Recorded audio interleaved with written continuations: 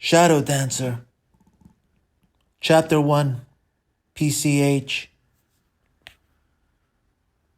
On a night of a full moon off the Pacific Ocean rim, on a meandering lost highway that seemingly comes and goes from nowhere to nowhere yet, a woman sits at the back seat of a silver pearl Prius, her eyes directed out the window, his eyes directed right onto her. All feels very Hitchcockian.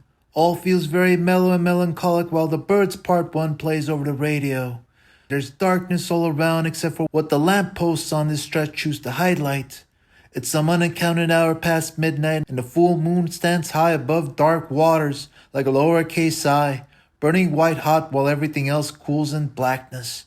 A vigilant custodian sitting on top of a very high chair, watching and recording all the independent sights, stories, and sounds of all the sins and vices in town. And before all those wicked souls are able to give that somber and forever stalking single eye in the sky to slip.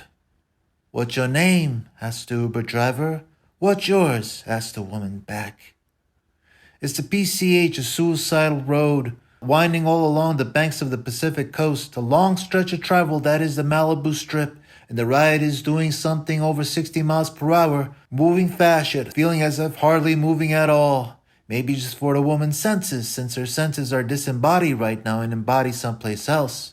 "I'm Ray," finally lets out the Uber driver, as she lets out nothing. A minute passes, and now she's feeling a bit gracious. Jezebel, she now lets out, now her eyes on him, in the rear-view mirror. Momentum builds while pupils lock, while precautions stray off with the wind being blown in and out of the car through the slit of the back passenger side window. "My name is Jezebel Singer." Then eyes back out the window towards the nothingness outside. "Pretty name." He grins all tongue-in-cheek. "Is that your Hollywood name?" "No. That's my real mom and dad given name." She nonchalants. "What do you do?" "I dance." "Do you also sing?" "No." And with the next question, Ray shows some tiger stripes and decides to pounce. "Then why don't you call yourself Jezebel Dancer?" And that almost gets Miss Singer going as her inhibitions begin to give way, as she can't help but to grow a little receptive. Because that would be silly, I guess. She guesses. Well, you dance, don't sing, name is Singer, just saying. It might give people in the city the wrong impression. I'm not changing my name to Jezebel Dancer just so people can know I'm a dancer, not a singer. Why not? Ray dares. No, stop. That's just so... And now she can't help but to laugh a little. How's your singing voice?" Ray continues. Miss Singer now finds herself struggling to smile and speak at the same time. The vibes in the vehicle are feeling very whimsical and lightheaded as a cool trans-Pacific breeze flows in and cools the insides. Although there's also the vibes Ray's giving off, his vibes feeling warm and tasting sweet, like fresh green Mediterranean grapes. Ray was bronzed for the summer and had a bit of a receding hairline, which he kept fine and faded short, but that wasn't something Jezebel would find off-putting. He was wearing a white denim jacket which looked on fleek on him, but then again maybe a little too fleek, and maybe a little too fleece. Uber driver or not, he seemed like he wanted to stand out or at least be more eye-grabbing than even his Uber clients. Best feature was his eyes, or at least what Jezebel could collect from what she saw reversed in the rear-view mirror. All in all, he's an attractive man, Singer thinks, admitting it to herself so the thought wouldn't let her go on to rear-end her before it's given a chance. "My singing voice? I don't know." She blushes. "Sing for me." But with that, Singer now shakes her head. Sweet-tasting grapes or not, a sour part is starting to give a bad aftertaste. I'm kidding. Ray gives, then sighs. Unmistakably, there's an attraction brewing inside the car, which both parties feel fully conscious of, yet Singer still holds reservations, not wanting to make eye contact again, at least not yet. Ray having eyes like a brooding Sagittarius in waiting, with bow and arrow at hand, eyes like arrows that feel sharp, which also happen to feel maybe a little too sharp for her. "Where you from?" he asks. "Tennessee," she answers. Usually something she willingly wouldn't, but with Ray she willingly does. "So how do you like it out here?" Singer hesitates. She could answer him how she'd answer anybody else that would ask that question, but since she's beginning to like him, she's unable to at the moment. It's great, she could say. There's so much to do and see out here, she could continue. Small talk, but really meaningless rhetoric. She'd give anybody. But that's the problem with rhetoric. It's something that you say when you don't have anything to say, really, and neither do you want to. I don't know. I guess I like it. The moon now seems a bit aggravating for Singer. It's a big and beautiful moon, most definitely, but maybe a little too big and beautiful. And something big and beautiful in this part of the world seems to have a dislikable and disagreeable aesthetic about it, which is something Singer never got back east. Coming from a party in Malibu, Ray asks. You get that a lot? Asks Singer back. What? Picking up people from Malibu house parties? Yes. Directs Singer. Well, yeah, I do. And other stuff, Ubrin, says Ray. Tell me some stories, asks Singer. But now Ray seems not so eager to participate, though there's intrigue, like a cat hidden under a sofa eyeing up at a caged canary. But when it comes to the stories coming from the PCH, much can be experienced while less can be explained. The PCH having that way about itself, a special characteristic onto itself, a beachside front where one can find Hawaiian pagan gods racing the mainland coast with all their might and mischief. Stories, rubs Ray, also while rubbing the back of his neck with his left hand in the flamingo position. Well, goes Singer, there's nothing really coming to mind, to be honest. Mostly there's just a lot of weird stuff I get working out here, especially just about every time I pick up pretty girls up from Malibu. Can't really explain it.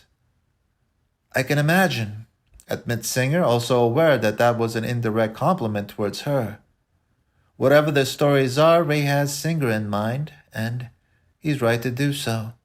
And with no stories being brought up by Ray, truth is none are needed. And now something monumental is asked. What are you doing out here? Concerns Ray. It's monumental because it comes from a caring place. Californians, for Singer, have mostly been the type of lot never to ask anything so intrusive. Californians being a very just treading lightly breed of people.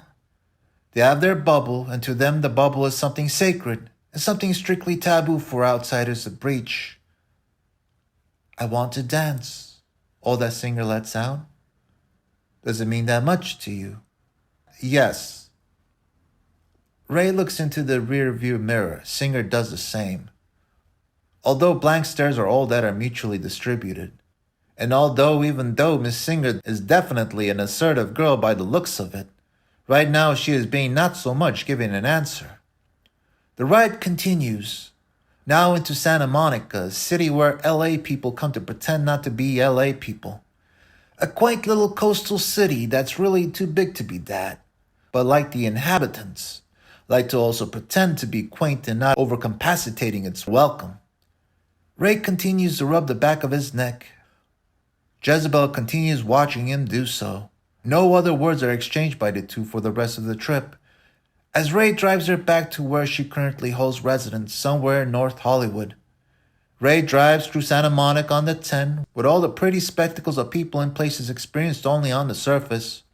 Now cutting through the walled-off hills on the 405, now into the escapes of the valley, now eastbound, now a bit more driving, and now here, her place. Lower middle-class condominium where Singer shares an apartment with 3 other women, somewhere just a bit north of Universal Studios around Toluca Lake. All that driving, and depressingly enough, not another word is uttered, not a single sentiment is addressed, even when so much was promised. And by the time Singer feels ready to say goodnight to Ray, Ray's already gone, off to tend to his next client. I'm never going to see him again. Thank you. I was worried something might come of that. Jezebel whispers to the air.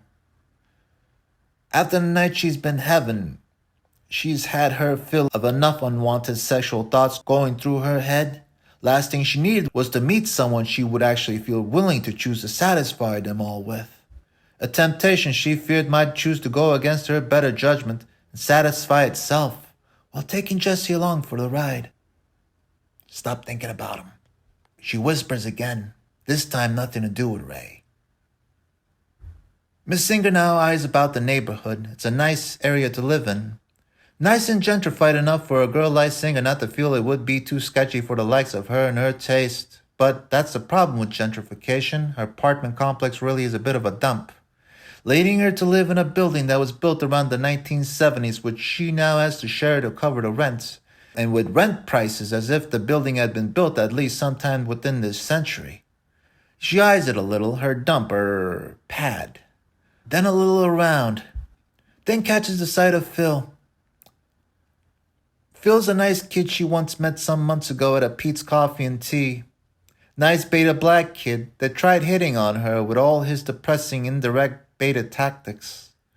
Phil's sleeping in his Nissan Sentra, which is parked right on the same street as her building, forced to do so after being dropped by the local art college he was attending at, which he used to be housed by. Said he wanted to go into designing video games. Sad, really, just sad, but what can he do? He doesn't want to go back home to Kansas, but he has no job to be paying rent in a renter's market like this, so now he sleeps in his car and uses the local 24-hour fitness location to do his toiletry. Jezebel has even caught him a few times at that gym, sometime after 3 a.m., sleeping on a bench just outside the sauna of the facility. Now shut up, Singer thinks. Now, as much as friend-zoning the poor guy was hard, the last thing she needs now is to be badgered by Pity to hit him up and take him in. Pity can be such a self-righteous jerk, especially with guilt-tripping moments like these. Singer decides to walk on now and head in through the gated structure, into the dingy elevator, up to the 3rd floor, and now she's at her apartment door, apartment 302, now inside, as Miss Singer looks about in the dark. And it's funny. The inside of the apartment just glows of NoHo as if she's still standing there outside on the corner of Magnolia and Lancashire. No, Phil, you wouldn't be getting much of an upgrade if I had you sleeping on the couch in here, she thinks, as she looks at the walls that have scum-covered finger marks all over them, especially just above the black leather couch. And on that wall, there's a Patrick Nagall-like poster hung up of a raven-haired dame wearing a diamond necklace, and nothing else. Coincidentally enough, practically a dead ringer for Jezebel Singer. Green eyes, milky skin, pixie-cut black hair and all. What being the chances? But of course, naked. Light streaming the color of 5 o'clock shadow blue that's being cut up by the Venetian blinds of the southward window, making the poster seem somewhat like a women's prison scene from a degrading D-grade movie. That, or some Brian De Palma thriller, where a perverted creep might be standing just outside the window, peering in, peeping at the pigskins of this damsel of the night, and not a fun thought, thinks Singer, not wanting to entertain the voyeuristic possibilities, especially where standing there, now staring at a harloted reimagining of herself, one that would live up to the Jezebel name. I hate that poster, she thinks. I'm home, announces Singer, loud. I'm home, announces again, louder. Doing such since she just has to. Since living with roommates of the likes of Jennifer, Jessica, and Judy, it's better to let the girls know she's home, so there won't be any surprises. Singer is a gorgeous girl, and unfortunately enough, so are those three. Which means no matter how many times Jezebel has had to wipe up all the dirty finger marks that are cascaded all over the apartment walls, just in a day or two, more will soon pop up, where Jezebel would no longer feel keen to clean again. I give up, she had thought after the 5th week of living here. How is it that I'm living in an apartment with names that start with J? Thinks Jezebel, wondering what such a premonition is supposed to say about her, considering the letter that her name also starts with. And therefore, deep down, dreading what it might actually be meant. Good, they're not here, Jezebel thinks. However, there's enough tacky zebra and tiger and leopard striped and spotted underwear lying about, letting Miss Singer know they ain't too far off. Especially Judy, whom Jessie found as the more formidable one of the three. The other two really just bland, and more bland. The only remarkable moments experienced from the Jessica-Jennifer combo was hearing them once explain how they would only date boys with a six-pack. That was it. Really, those two were just vapid cases. Judy at least seemed to have a more stronger sense of her own prose and personality. So much that Judy Romero at least had a last name to Jess, not even remembering the other twos. But the other two were far less harmful and more harmless. Jessie always found herself in heated encounters with Judy the most, whom she also shared a room, being roommates with. Judy really being Jessie's counterpart. Judy a midday blonde and Jessie a midnight-haired colored girl. At the moment, it didn't seem like any of the three were around. However, Jessie was sure she'd eventually have to deal with Judy or the other two skanks in the morning. Jezebel then headed to her room, undressed, headed into the shower, washed herself thoroughly, finished, then heads to her bed to call it a night. Although before bedtime, walks over to the blinds of her bedroom window and closes them shut immediately, and now goes to her bed to sleep. But then it starts again. Jezebel holds her throw rug tight with both hands under her chin and stares up at the Spanish lace ceiling, a geographical landscape of an undiscovered world just above her.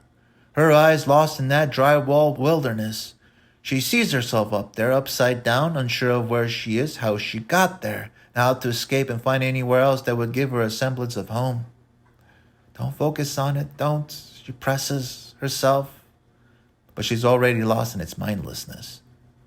Breathe in, breathe out, breathe in, breathe, stop! However, she's already stuck. Since childhood, she would do this. All of a sudden, her mind would focus on her respiratory system, and once it did, she'd find herself stuck manually breathing.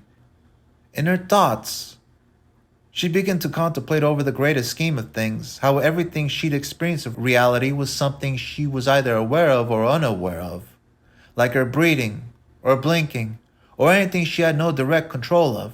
It was something she would never have to preoccupy herself to do willingly, she just would. But with her breathing, once she'd focus in, anxiety from awareness of it would grip her, and she would become terrified over the thought of, what if one day, all of a sudden, it would stop?